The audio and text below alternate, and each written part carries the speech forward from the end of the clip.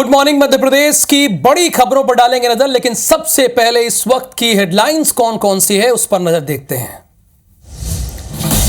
CM doctor Mohan Yadav का 60वां जन्मदिन आज। उज्जैन में करोड़ों के विकास कार्यों की देंगे सौगात। सामान्य अपशिष्ट उपचार केंद्र का करेंगे लोकार्पण।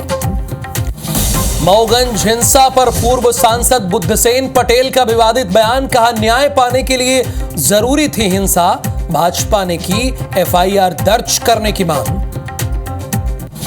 भोपाल में ज्वेलरी शॉप पर फायरिंग करके लूट की कोशिश, व्यापारी ने जान पर खेलकर आरोपी से छीनी पिस्टल। वारदात का सीसीटीवी फुटेज आया सामने। इंदौर में नशेड़ी बदमाश ने की छात्रा से छेड़छाड़, बीच चौराहे पर युवती का हाथ पकड़ने की कोशिश, थाने से 300 मीटर की दूरी पर वारदात।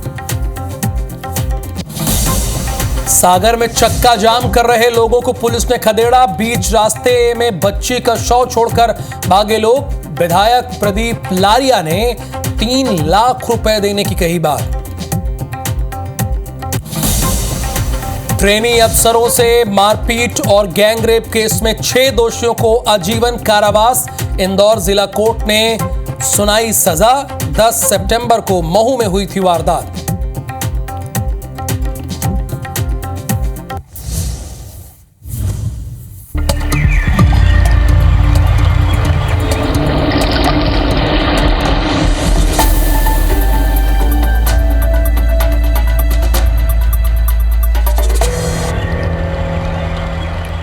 तो पहली खबर मध्य प्रदेश की राजधानी भोपाल से है, जहां पर रोहित नगर में ज्वेलर से लूट की लाइव कोशिश हुई है। इसका सीसीटीवी फुटेज हम आपको दिखा रहे हैं। इस फुटेज में आप देख सकते हैं कि दुकान संचालक और उसके कर्मचारी ने बड़ी ही बहादुरी से लुटेरे का मुकाबला किया और उसकी पिस्टल छीन ली। देखिए, जरा देखिएगा आप। असल में नकाबपोश बदमाश जो है वो दुकान में पहुंचकर ज्वेलर से कहता है कि सोने की चेन दिखाइए, जिस पर दुकान का मालिक कहता है कि भैया पहले आप नकाब हटाइए। अब जब नकाब नहीं हटाता है तो वो नाराज हो जाता है। फिर बदमाश अपनी पिस्टल निकालकर फायर कर देता है। फायरिंग के बाद बदमाश ने पिस्टल के बट से दुकानदार की नाक पर हमला किया। घायल होने के बावजूद दुकान संचालक और उसके कर्मचारियों ने आरोपी का डट कर सामना किया, बहादुरी का परिचय दिया। उसे पकड़कर पुलिस के हवाले कर दिया। शाहपुरा पुलिस आरोपी से पूछताछ कर रही है कि तुम्हारे पास पिस्टल कहां से आई और तुमने फायरिंग क्यों की। इन सारे सवालों का जवाब अब पुलिस पूछ रही है। यह रोहित नगर है भोपाल में, वहीं पर ज्वेलर से ये सब कुछ हुआ है।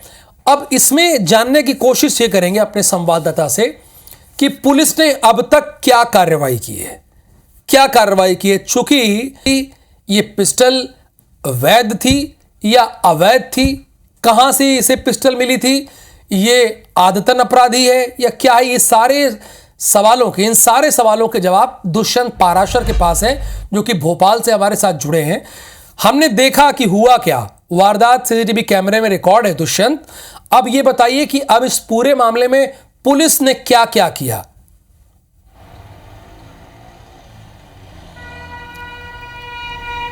बिल्कुल, देखिए, जब ये घटना हुई उस घटना के बाद आरोपी को जो शॉप के ओनर हैं और उनके कर्मचारी हैं, उन्होंने अपने पकड़ रखा था और उसके बाद उसको पुलिस को सौंप दिया। तो पुलिस ने उसकी गिरफ्तारी शो कर दी है और पुलिस अब इस मामले को लेकर लगातार जांच में जुट गई है। क्योंकि अगर वेपन्स की बात की जाए तो आरोपी के पास वेपन्स कहां से आए तो उसका अंदाज़ा पुलिस इस हिसाब से लगा रही है, क्योंकि जो आरोपी है शिवम जायसवाल, उसके पिता सीआईएसएफ से रिटायर्ड हैं और उनकी ये पिस्टल हो सकती है। इसका अंदाज़ा अभी पुलिस लगा रही है और पूछताछ भी कर रही है। साथ ही साथ पुलिस ने जांच शुरू की, तो जांच में इस पहलू पर भी कर रही है कि अगर इस आरोपी ने सीसीटीवी या रेकी की है पहले से, तो इस रेकी में उसके साथ में कौन था, क्या ये वारदात को अंजाम देने के बाद यहाँ से जब आरोपी भागता तो वो किसी और के साथ में भागने वाला था क्या। तो इन तमाम सारे पहलुओं को लेकर भी पुलिस जांच कर रही है।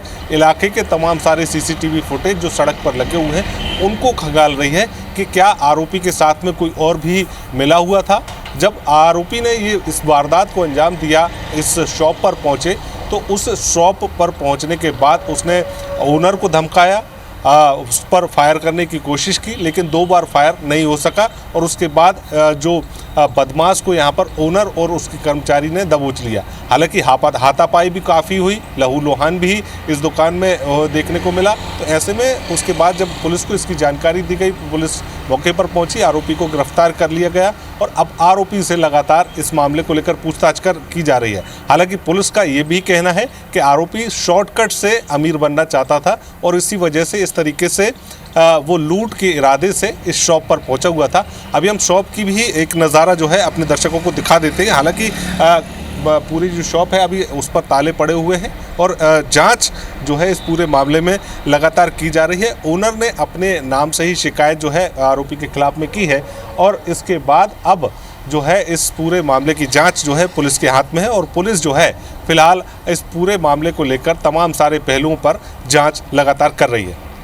धन्यवाद दुष्यंत पाराशर इस पूरी जानकारी के लिए। एक जानकारी ये मिली कि सीआईएसएफ यानी जो आरोपी है उसके पिता सीआईएसएफ से रिटायर हैं।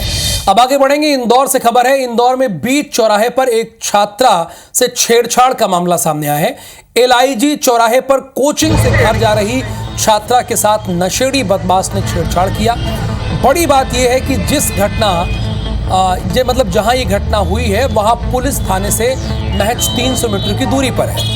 साथ ही पुलिस कमिश्नर ऑफिस भी कुछ ही दूरी पर है। वीडियो में जिस जगह बदमाश छेड़छाड़ करता हुआ दिखाई दे रहा है वहीं पर पुलिस चेकिंग भी होती है।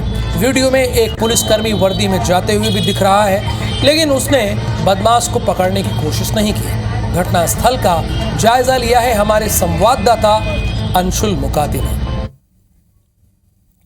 इंदौर के एलआईजी चौराहे पर छात्रा से छेड़छाड़ का एक मामला सामने आया है। इस वक्त हम उसी जगह मौजूद है जहां का ये वीडियो जो है वायरल हो रहा है और यहीं पर छात्रा से छेड़छाड़ जो है वो की गई है। नशेड़ी बदमाश की हरकत यहाँ पर कैमरे में कैद हुई थी जब जो युवती है वो इस ओर से आ रही थी और एलआईजी थाने की तरफ वो पैदल चलते हुए जा रही थी। तब यहीं पर नशेड़ी बदमाश ने उसका हाथ पकड़ने की कोशिश की है।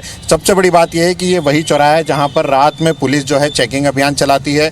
थोड़ी दूरी पर ही यहाँ पर आई बस का स्टॉप बना हुआ है और सामने से ही छात्राएं निकल करके इसी रास्ते के जरिए अंदर की तरफ जाती है। अंदर जो कॉलोनियाँ हैं वहाँ से जो छात्राएं आती हैं वो निकलते हैं। मंदिर पर इसमें सीसीटीवी फुटेज लगे हुए हैं और मात्र कमिश्नर ऑफिस से 500 मीटर की दूर और यहाँ से 300 मीटर की दूरी पर अगले चौराहे पर ही एमआईजी थाना जो है वो मौजूद है।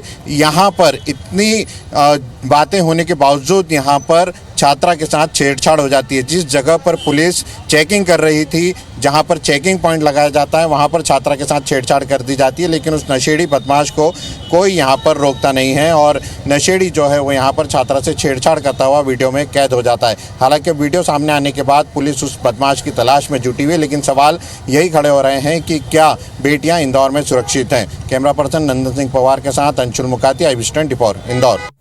अगली खबर भी इंदौर से ही है। ट्रेनी अफसरों से मारपीट और महिला से गैंगरेप के केस में इंदौर जिला कोर्ट ने 6 आरोपियों को सजा सुना दी है। 6 आरोपियों को आजीवन कारावास की सजा सुनाई गई है। 10 सितंबर की रात आरोपियों ने इस वारदात को अंजाम दिया था।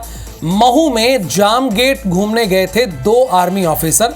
अफसरों की महिला मित्र से गैंगरेप हुआ था, बंधक बनाकर गैंगरेप किया था। 10 लाख फिरौती मांगते हुए एक कपल को छोड़ा था। कमांडेंट ने पुलिस की मदद से बंधकों को छुड़वाया था। वारदात के 3 दिन बाद सभी आरोपी गिरफ्तार कर लिए गए थे।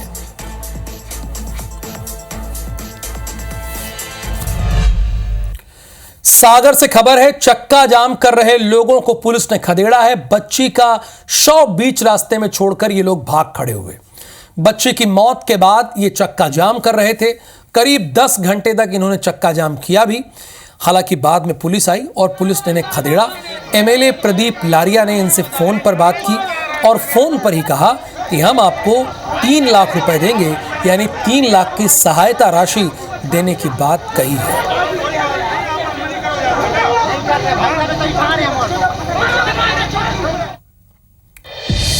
खबर सिंगरौली से है, जहां 2 लोगों पर 8 साल की बच्ची को अमरूद के पेड़ पर फांसी से लटकाने का आरोप लगा है। घर वालों ने लड़की को फंदे से निकालकर जिला अस्पताल में भर्ती कराया, उसका इलाज चल रहा है। पीड़ित लड़की की मां का आरोप है कि घरेलू विवाद में 2 लोगों ने पहले तो 8 साल की लड़की से मारपीट की और फिर अमरूद के पेड़ पर फंदा बनाकर उसे फांसी से लटका दिया। बच्ची को फंदे पर लटका देख आसपास के लोग ने शोर मचाया, जिससे आरोपी भाग खड़े हुए। इसके बाद परिजन ने मौके पर पहुंचकर बच्ची को फंदे से नीचे उतारा। बच्ची के परिजन ने पुलिस में शिकायत नहीं लिखने का आरोप लगाया है, यानी पुलिस शिकायत नहीं लिख रही है। घटना बंधौरा चौकी के चुरवाही गांव का है। हमारे लड़की को माँ को गला दबा के इसको ऊपर से कहना बांध के इसका गला अमरूद में टांग दिए थे हमारे द्वार पर। उनको लेकर हम हॉस्पिटल भागे, अपने जेठ को भेजे चौकी, तो बोले कि लड़की हमारे पास लेकर आए होते तो हम लिखते। सिंगरौली से खबर है, बस स्टैंड में खड़ी 2 बसों में आग लग गई है। बस स्टैंड में खड़ी थी, आग लग गई। बस के अंदर सो रहे युवक की जलने से मौत हो गई। आग की चपेट में आने से दोनों बस जलकर खाक हो गई। बस स्टैंड में खड़ी थी। आग लगने की वजह फिलहाल अज्ञात है।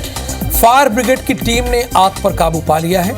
कोतवाली थाना क्षेत्र के बस स्टैंड की यह घटना है, लेकिन इसमें सबसे दुखद पहलू यह है कि एक शख्स जो कि बस के अंदर सो रहा था, उसकी जिंदा जलकर मौत हो गई। बस के अंदर सो रहे युवक की जलने से मौत हो गई है। आग की चपेट में आने से दोनों बस जलकर खाक हो गई हैं। आग कैसे लगी जबकि ये बस स्टैंड में खड़ी हुई थी? और बस स्टैंड में तो विजय आमतौर पर चहल पहल रहती है, अगर रात की बात भी हो तब भी बसें आती जाती रहती हैं। और ये क्या बसें खराब थी कि वर्किंग बसें थी, काम कर रही थी? और सोने वाला कौन था उस बस में? बिल्कुल, ये जो पूरी घटना है रात 12 के आसपास की बताई जा रही है, जहां एक छत्तीसगढ़ से बस आती है विजय ट्रेवल्स और एक यहीं की स्थानीय बस है, रोडवेज बस है, जो कि आज देर रात बस स्टैंड में खड़ी थी। हालांकि जिस वक्त ये पूरा हादसा हुआ उसमें एक स्थानीय बस का ही सफाई कर्मी सो रहा था और देखते ही देखते आग लग गई। हालांकि आग किस कारण लगी अभी तक ये ज्ञात नहीं चला है। फिलहाल घटना की जानकारी फायर ब्रिगेड को दी। फायर ब्रिगेड की 3-4 टीमें आई और आग पर काबू पाया गया। लिहाजा पुलिस भी अभी मौके पर पहुंची है और आग लगने का कारण का पता लगा रही थी। धन्यवाद इस जानकारी के लिए विजय। आपका आग लगने का कारण क्या था, ये पुलिस पता लगाने की कोशिश कर रही है। दोनों बसों में आग लग गई और दोनों देख रहे हैं कि किस स्थिति में है। और जो मरने वाला शख्स है वो सफाई कर्मी था और बस के अंदर सो रहा था। इतनी गहरी नींद, सवाल तो ये भी है। इधर सागर के बंडा थाना क्षेत्र से कलयुगी बेटे की करतूत सामने आई है। घटना का एक वीडियो सोशल मीडिया पर वायरल हो रहा है, जिसमें एक युवक जबरदस्ती अपने पिता को फांसी पर लटकाकर जान से मारने की कोशिश कर रहा है। मामले की शिकायत खुद पीड़ित ने थाने में की है। उन्होंने बताया कि शराब के पैसे ना देने पर उसके बेटे ने जान से मारने की कोशिश की। साथ ही आरोपी के पिता ने यह भी बताया कि उसका बेटा आए दिन घर वालों के साथ कभी शराब के पैसे के लिए तो कभी संपत्ति बंटवारे के लिए घर वालों से मारपीट करता है। फिलहाल पुलिस ने आरोपी को गिरफ्तार कर लिया है और जांच पड़ताल शुरू कर दी है।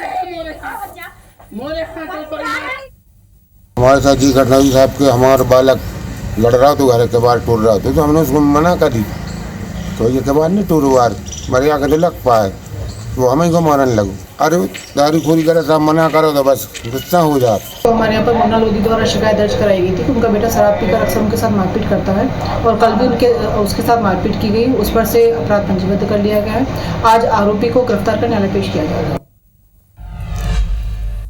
अगली खबर खरगोन से है। खरगोन जिले के बिस्तान थाना क्षेत्र से है, जहां एक बेटे ने अपने पिता की चाकू मारकर हत्या कर दी। सूचना पर पहुंची पुलिस ने आरोपी बेटे को हिरासत में लेने के बाद शव को पोस्टमार्टम के लिए भेज दिया है। पुलिस के मुताबिक बहू से अवैध संबंध के शक में आरोपी बेटे का पिता से विवाद हुआ था, जिसके बाद आरोपी ने मृतक पर चाकू से हमला कर उसे मौत के घाट उतार दिया। घटना रविवार रात की है। एसएसपी मनोहर सिंह ने बताया कि परिजनों की शिकायत पर मृतक के बेटे को हिरासत में लिया गया। फिलहाल पुलिस इस पूरे मामले की जांच कर रही है। फरियादी अजय द्वारा इसमें शिकायत दर्ज कराई गई। उसके पिता कालू, पिता लदिया की उसके भाई जो कि आरोपी मुकेश है, उसके द्वारा चाकू से उसकी हत्या कर दी गई है, जिसके आधार पर थाना बिस्टान में अपराध क्रमांक 78 103(1) के तहत BNS के तहत अपराध दर्ज करके इसमें विवेचना की जा रही है। आरोपी को अभी अभिरक्षा में लिया जा रहा है, आगे विवेचना जारी है। छतरपुर से खबर है, बड़े भाई ने छोटे भाई का कत्ल कर दिया है। बैक टू बैक 3 ऐसी खबरें आ रही हैं। आपने देखा, जहां पहली खबर में आपने देखा कि एक बेटे ने पिता को मारने की कोशिश की, दूसरी खबर में पिता की हत्या कर दी, और तीसरी खबर जो है बड़े भाई ने छोटे भाई का कत्ल कर दिया। आरोपी को पुलिस ने गिरफ्तार कर लिया है। नौगांव थाना क्षेत्र के कोठी चौराहे में यह सब कुछ हुआ है।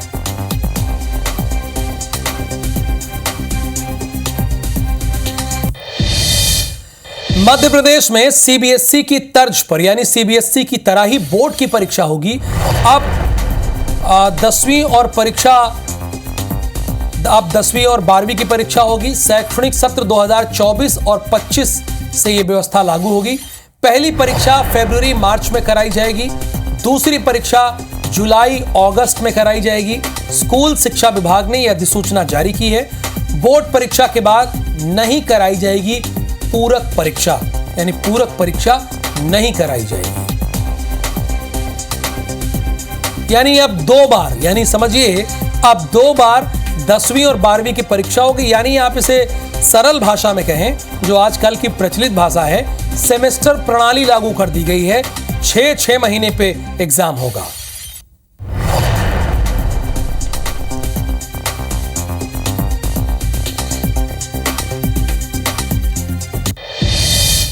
अब एक पूर्व सांसद हैं रीवा से, उनका नाम बुद्धसेन पटेल है।